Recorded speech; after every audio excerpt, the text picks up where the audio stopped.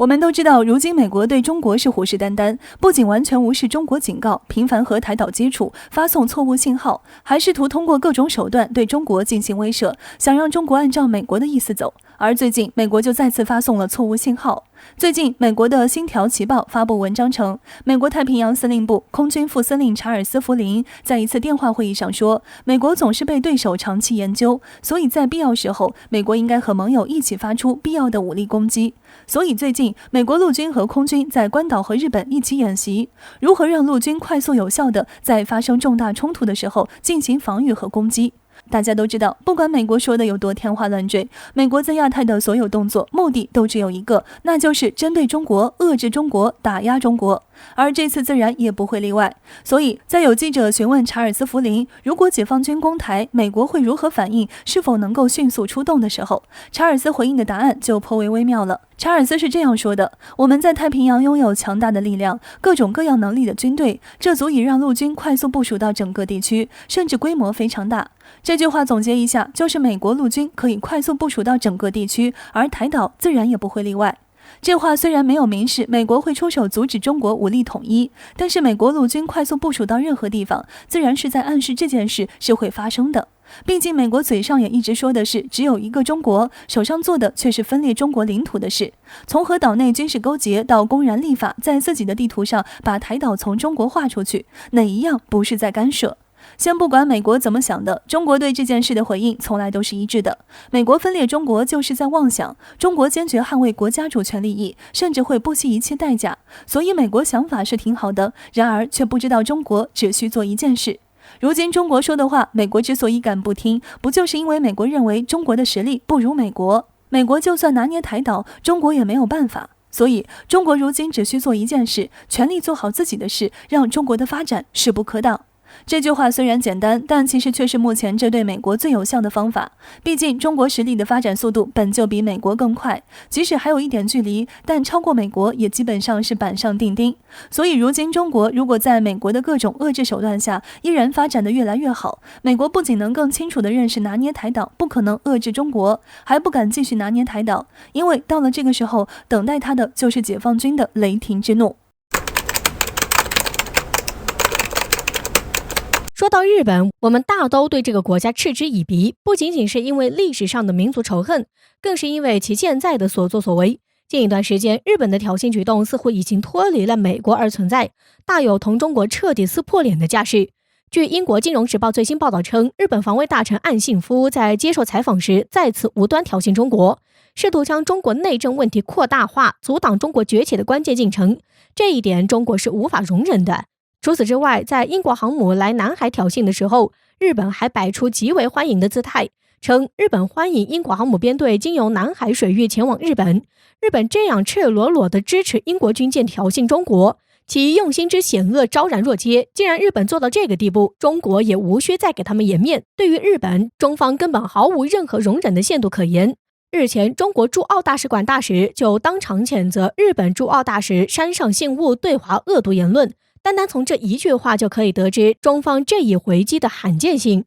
过去的很长一段时间以来，中国对外展现的外交姿态都相对较温和，类似这种当面斥责的场面是少之又少。况且这一次中国代表输出的主场是在澳大利亚，谁都知道，由于美国的关系，日本和澳大利亚也成为了一定意义上的盟友关系。那么中国在日本自己人的地盘上痛斥日本，则更显得反击强度之大。就连澳大利亚媒体也直言，中方的声明是一份极不寻常的声明。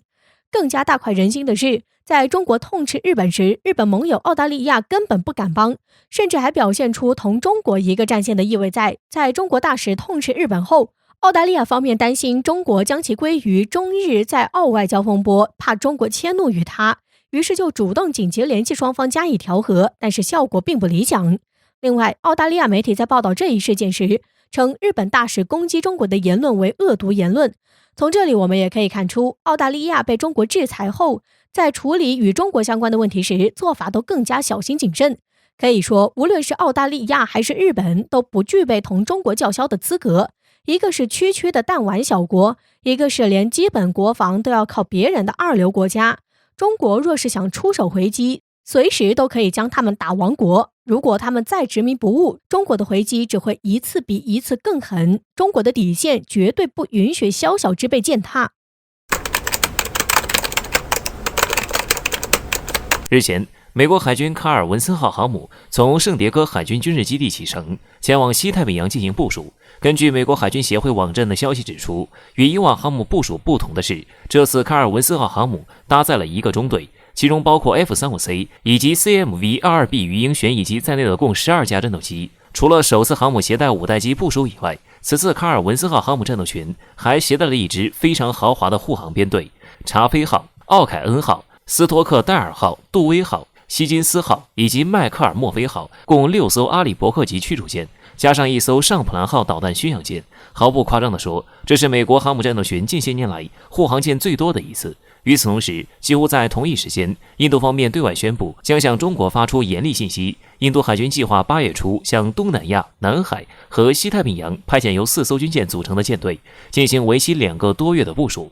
美国和印度同时宣布向西太平洋地区派遣军队，当真只是巧合吗？尽管美印对此解释是在为关岛举行联合军演做的准备，但不说别的，就最近一段时间如此紧张的国际局势，就很难令人相信这样的措辞。卡尔文森号航母部署西太，携带了一个中队。虽然说这不是美军第一次部署战机在亚太地区，但却是最特别的一次。这不仅是美国航母首次携带5代机在亚太地区部署，也是在卡尔文森号航母抵达以后，中国周边国家部署的5代机将达到一个新的高峰，总数量接近100架。此前，英国航母伊丽莎白女王号携带18架 F-35B 战机，加上目前美军在到关岛和提尼安岛地区部署的25架 F-2战机，美国海军美国号两栖攻击舰部署的一个中队 F-35B， 以及日本和韩国的 F-35A， 就这么来看，美国如此紧密部署隐身战机，就足以证明该国另有目的。现如今，美国加大力度针对中国的同时，还怂恿日本、澳大利亚、英国等盟友一起。倘若印度此次是跟随美国的步伐进行军事部署的话，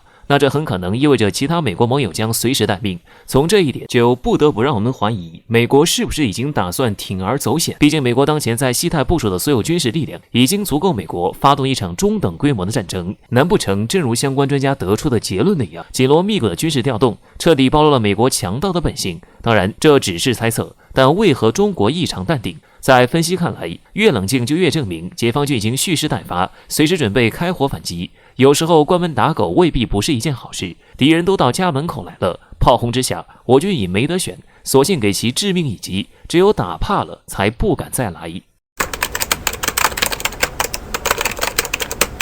最近中国周边局势愈发紧张，英国航母虽然突然急匆匆的离开，但印度和德国的军舰却正在赶来，随之而来的便是美国来势汹汹的练兵行动。关键时刻似乎已经到了，王毅外长发言意味深长，解放军也直接强势亮剑。8月3日，美国正式启动了为期1个月在印太地区举行的大规模军事演习活动。当然，演习目的自然不外乎是试图威慑中国。不过需要注意的是，美国提到这将是40年以来最大规模的演习。日本、美国、英国、澳大利亚等4个国家的演习将主要在印太进行。美国此番动作很有意思，特别是结合美国最近几天在中国周边的动作，就能看出一点苗头。比如，美国想让英国闯一闯中国的领海，结果英国怂了，没敢做。想让德国来接班，结果德国要访问中国上海，甚至也就印度颠颠的跑来了，但是中国直接无视了，在南海进行了演习。当然，还有美国去东南亚的动作十分频繁，结果随后中国外长直接参加东盟视频会议，这一系列的动作基本上都被中国挡回去了，美国自然就急了。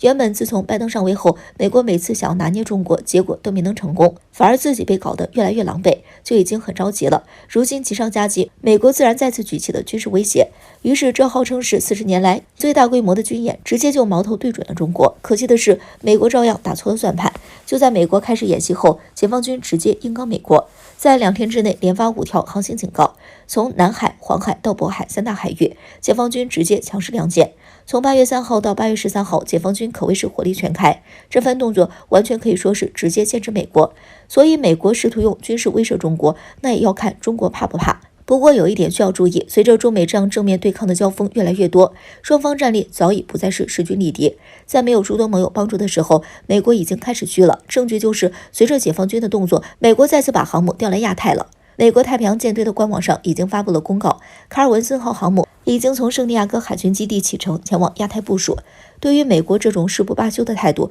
外交部长王毅在以视频参与东盟会议的时候说了一句话：“我们必须警惕，南海不该成为大国博弈的角斗场。”这句话其实有点意思了，因为如果结合解放军3大海域直接反击式练兵的动作来说，这回中美很可能已经开始正面对抗了，甚至有可能代表了中国决定不再容忍美国，反击的大动作或许要来了。